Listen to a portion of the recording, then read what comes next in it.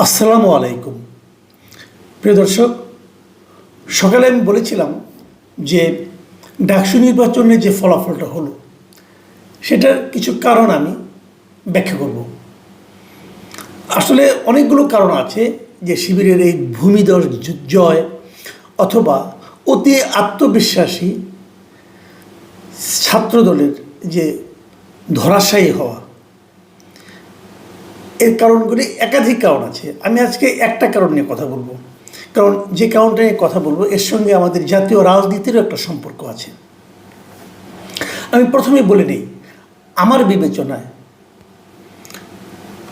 ছাত্র শিবিরে যে প্যানেল, সেই প্যানেলে যে বিপুল বিজয় এবং ভোটের যে ব্যবধান যদি আপনারা দেখেন, যে ছাত্র দলের সঙ্গে তাদের যে ভোটের ব্যবধান, বিশাল ব্যবধান। আমি একটু দুটো পদের কথা বলি, যে মানে সহসভাপতি মানে ভিপি পদে শিবিরের সাদিক কায়েম পেয়েছেন 14,000 ভোট, 14,042 ভোট, আর ছাত্রদলের আবিদুল ইসলাম খান পেয়েছেন 5,708 ভোট, প্রায় 3 গুণ ভোট পেয়েছেন উনি, প্রায় তিন গুণ, 2.5 গুণ তো বটেই।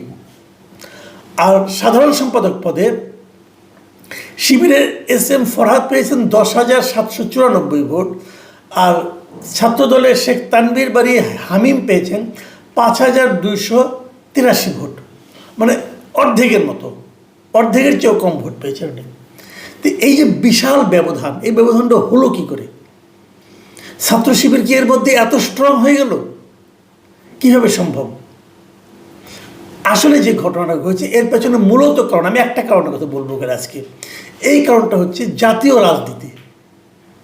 মানে গত বছরের 5ই আগস্ট শেখ হাসিনা পালিয়ে যাওয়ার পর সারা দেশে আওয়ামী লীগের নেতা কর্মীদের বিরুদ্ধে নানা ধরনের নির্যাতন, অত্যাচার চলতে থাকে। কারা করে এগুলো? ফিজিক্যাল টর্চার হয়, গণধুলাইয়ের শিকার হয়, গণপিটুনির শিকার হয়, মবের শিকার হয়, এবং তারপর মামলা মোকদ্দমায় পড়ে। প্রতিষ্ঠিত এক একজন ব্যবসায়ীকে মামলা মোকদ্দমায় ঝুলিয়ে দিয়ে তাদের ব্যবসা প্রতিষ্ঠান দখলের একটা পায়তারা হয়। এগুলো কারা করে? এগুলোর ম্যাক্সিমাম ক্ষেত্রে বিএনপির নাম শোনা যায়। একটা কথা খালি ভাবেন আপনারা, যারা ঢাকা বিশ্ববিদ্যালয়ে যারা ছাত্রলীগ করে তাদের ফ্যামিলিটা কেমন? তারা কোন ফ্যামিলির লোক? বিএনপির ফ্যামিলির লোক এসে কি ছাত্রলীগ করে? অথবা জামাতের ফ্যামিলির লোক কি ছাত্রলীগ করে? করে না। যারা ছাত্রলীগ করতো তাদের অধিকাংশই ফ্যামিলি হয় তারা কোনো পার্টি করতো না, ঢাকায় এসে তারা ছাত্রলীগ শুরু করেছে, অথবা তারা বংশগতভাবেই ছাত্রলীগ করে, মানে তার বাবা হয়তো আওয়ামী লীগ করে, বড় ভাই যুবলীগ করে, এরা করে। এরা সবাই কিন্তু মানে আপনার বিএনপি কিংবা ছাত্রদল কিংবা যুবদল দ্বারা তাদের এলাকায়, নিজ নিজ এলাকায় অত্যাচারিত গত 1 বছরে। আপনারা হিসাব মিলে দেখবেন, আপনি আপনার নিজের পাশের বাড়িতে যোগাযোগ করে দেখেন, আপনার এলাকায় আওয়ামী লীগের বিভিন্ন পুরনো যারা নাকি নেতাকর্মী ছিলেন তাদের বিরুদ্ধে যত মামলা হয়েছে, ভুয়া মামলা হোক, সাজানো মামলা হোক, অথবা জেনুইন মামলাই হোক, যত মামলা হয়েছে এই মামলাগুলির বাদী কি? 95% ক্ষেত্রে বাদী হলো বিএনপির লোকজন। তো ঢাকায় যিনি বসে আছেন স্টুডেন্ট, তিনি যখন দেখছেন যে তার বাবা বিএনপির স্থানীয় বিএনপির নেতাকর্মী দ্বারা অত্যাচারিত, নিগৃহীত, তো তারা কি বিএনপির অঙ্গ সংগঠন হিসাবে ছাত্রদলকে ভোট দেবে?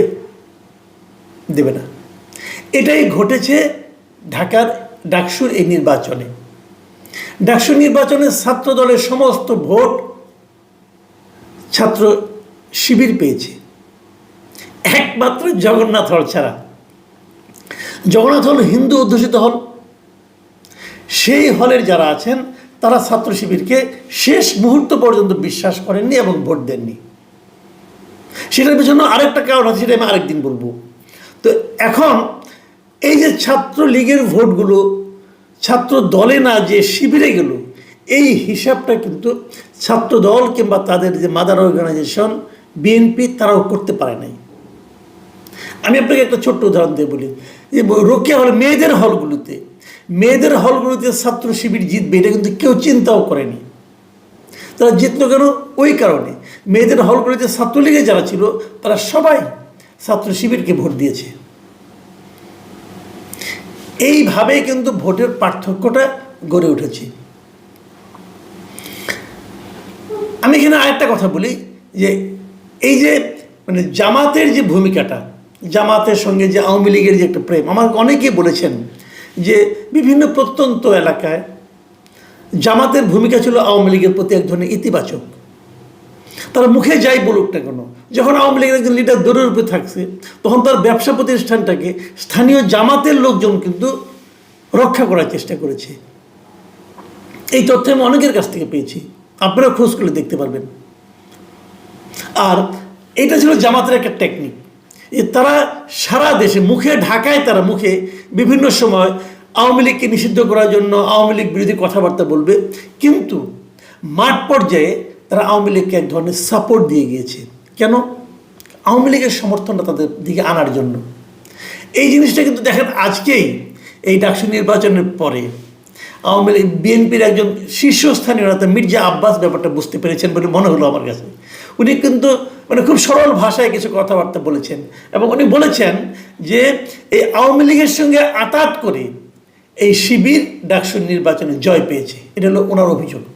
ওনার কথাটা কি? ওনার কথাটা আমি কোট আনকোট আপনাদের পড়ে শোনাই। উনি লিখেছেন, উনি বলেছেন, আমি বলতে পারি না ঢাকা বিশ্ববিদ্যালয়ে জামাতে ইসলামের এত ভোট কোত্থেকে আসলো, আমার তো হিসাব মেলে না ভাই। ওনার হিসাব কিন্তু মিলছে না।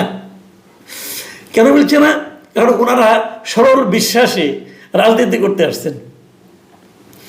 আপনি আওয়ামী লীগের জন্য কিছুই করবেন না আর ভাববেন যে আওয়ামী লীগের লোকজন আপনাকে ভোট দিবে। কেন দেবে না? এই জিনিসটা না বোঝার কোনো কারণ নেই। কেন বুঝেন না এই কথাটা? উনি দেখেন আরও কি বলেছেন, ওনার আরও দুটো কথা বলে তারপরে ব্যাখ্যা করছি। উনি বলেছেন, যখনই তারা বিভিন্ন দল একসঙ্গে বসেন তখন জামায়াতে ইসলামের নেতারা বারবার উল্লেখ করেন যে ভাই খেয়াল রেখেন আওয়ামী লীগ যেন আর কোনোদিনও আসতে না পারে। মানে যখন সবাই একসঙ্গে বসে তখন জামাতের নেতারা এই কথা বলে যে আওয়ামী লীগ যেন না আসতে পারে। আবার আমরা সেভাবেই চললাম আর তলে তলে আওয়ামী লীগের সঙ্গে আঁতাত করে ছাত্রলীগের সকল ভোট জামাত নিয়ে নিল। মানে কি অসহায় মানে কি অসহায় আত্মসমালোচনা অথবা আত্মোপলব্ধি। যে রাজনীতি জিনিসটা কি ভাই? রাজনীতি কিন্তু সিরাতুল মুস্তাকিম না, এটা কোনো সহজ পথ না। রাজনীতিতে অনেক কিছুই ঘটবে। এই জামায়াতে ইসলামের রাজনীতির কাছে আমার এখন মনে হচ্ছে বিএনপি বুঝি শিশু। আসলে কি তাই না? কি ভাবুন একটা কথা, জামাতে ইসলাম আওয়ামী লীগের নিষিদ্ধ চেয়েছে, বিএনপি চুপ করে থেকেছে, নিষিদ্ধ হয়ে গেছে। কিন্তু আওয়ামী লীগ কিন্তু তাকিয়েছিল বিএনপির দিকে যে বিএনপি কিছু বলে কিনা। বিএনপি কিচ্ছু বলেনি, চুপ করে বসেছিল। এই হাসনাত আবদুল্লাহ অথবা জামাতে ইসলামের লিডার তারা সবাই মিলে আওয়ামী লীগ নিষিদ্ধ চেয়েছে, তারা চুপ করেছিল। তা আওয়ামী লীগ বিএনপির প্রতি কি প্রীত হবে? একতরফা প্রেম করবে? করবে না তো। কেন করবে? করার কোনো কারণ নাই।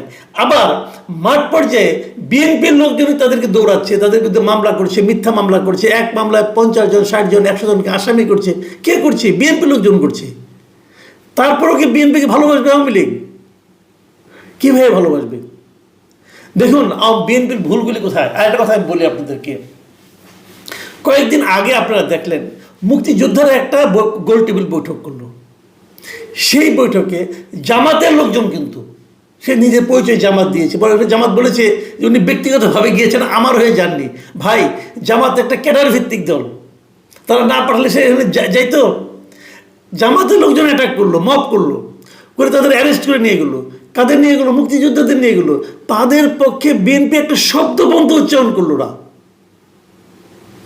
বিএনপি যদি একটা শব্দ উচ্চারণ করতো অথবা বিএনপি যদি তাদের পক্ষ নিত, বিএনপি দুটো জায়গায় ভুল করেছে। একটা হলো যখন আওয়ামী লীগকে নিষিদ্ধ করলো, আওয়ামী লীগের যখন ওদের কার্যক্রম নিষিদ্ধ করলো, তখন বিএনপি যদি বলতো না আমরা কোনো দলকে নিষিদ্ধ করার পক্ষে নই, এখনও যেটা তারা বলছে, তারা কিন্তু এখন বলতেছে এটা তাদের স্ট্যান্ড। তো এই স্ট্যান্ড তারা আওয়ামী লীগের সময় কেন চুপ করে থাকলো? তারা যদি তখন সেটা বলতো তাহলে কিন্তু আওয়ামী লীগের সিম্পেথিটা তাদের দিকে থাকতো। তারা বলেনি, বরং আওয়ামী লীগ মনে করেছে বিএনপি চুপচাপ থেকে পেছন থেকে কলকাঠি নেড়ে আওয়ামী লীগকে নিষিদ্ধ করেছে, মানে তাদের কার্যক্রম নিষিদ্ধ করেছে, নির্বাচনের বাইরে রাখছে আওয়ামী লীগকে, বিএনপি রাখছে। এটা আওয়ামী লীগ লোকজন যদি মনে করে, ভুলটা কোথায় হবে? আবার এদিকে যারা নাকি মুক্তিযোদ্ধা ছিলেন, মুক্তিযোদ্ধা, বিএনপি একটা মুক্তিযোদ্ধার দল, বিএনপি যিনি প্রতিষ্ঠাতা তিনি তো মুক্তিযোদ্ধার লোক, তিনি বীরত্তম সেক্টর কমান্ডার। তো বিএনপি যদি মুক্তিযোদ্ধাদের পক্ষে একটা বিবৃতিও দিত, তবু কিন্তু দেশের বিপুল সংখ্যক মুক্তিযোদ্ধা তাদের পক্ষে থাকতো, তারা সেখানেও চুপ করে থেকেছে। এভাবে বিএনপি আসলে জামাত ইসলামের রাজনীতির কাছে বারবার হেরে গেছে, এবং এই হারাটা এখন এমন একটা পর্যায়ে এসেছে, এখান থেকে বিএনপি আবার ঘুরে দাঁড়াতে পারবে বলে আমার কাছে খুব সহজ মনে হয় না। দেখা যাক আগামী নির্বাচনে কি হয়। কিন্তু আমি কিন্তু অনেকদিন আগে বলেছিলাম যে আওয়ামী লীগের ভোটগুলি বোধহয় বিএনপির বাক্সে যাবে, আমিও ভুল বলেছি। আসলে সেটা যাবে যে না, সেটা ডাকসু নির্বাচনে প্রমাণ হয়েছে। আগামীতে জাহাঙ্গীরনগর ইউনিভার্সিটির ইলেকশন হবে, রাকসু ইলেকশন হবে, আমরা সেগুলোতে বিষয়টাকে আরও স্পষ্ট করে দেখতে পারবো। প্রিয় দর্শক, ডাকসু নির্বাচন নিয়ে আপাতত এই পর্যন্ত। আরেকটা প্রসঙ্গ নিয়ে কালকে আবার কথা বলবো। সবাই ভালো থাকবেন, এখন এ পর্যন্তই। আল্লাহ হাফেজ।